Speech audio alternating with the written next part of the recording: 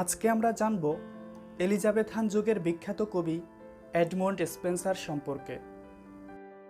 Edmund Spenser, ছদ্মনাম এমিরিটো।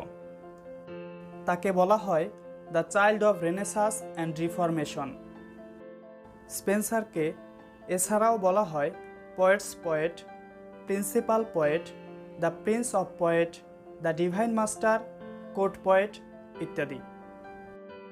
তার বিখ্যাত অসমাপ্ত মহাকাব্য ফেইরি কুইন, 89টি সনেটের সংকলন অ্যামোরিটি, তার বন্দনা বা স্তুতিমূলক কাব্য ফোর হাইমস। তিনি ফিলিপ সিডনির মৃত্যুতে রচনা করেন প্যাস্টোরাল জাতীয় শোককবিতা অ্যাস্ট্রোফেল। তার ফিলিপ সিডনিকে উৎসর্গ করে আরও একটি প্যাস্টোরাল জাতীয় কবিতা শেফার্ড ক্যালেন্ডার।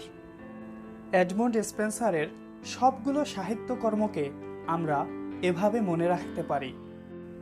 অসমাপ্ত মহাকাব্যে ফেইরি কুইন 89টি সনেটের অমরত্বের আশায় ফোর হাইমস শেষে ফিলিপ সিডনির মৃত্যুতে শোককবিতা অ্যাস্ট্রোফেল পাঠ করে ফিলিপ সিডনিকে উৎসর্গ করে শেফার্ড ক্যালেন্ডারে দাগ দেয়।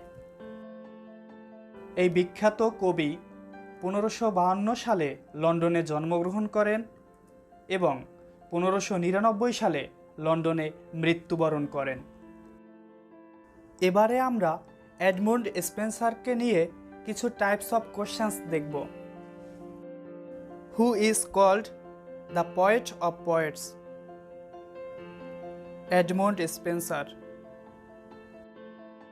What is the pseudonym of Spencer? Emerito. What is an unfinished writing of Edmund Spenser? The Fairy Queen. Who wrote Shepherd Calendar? Edmund Spenser. Edmund Spenser is a poet. The Fairy Queen is an epic poem.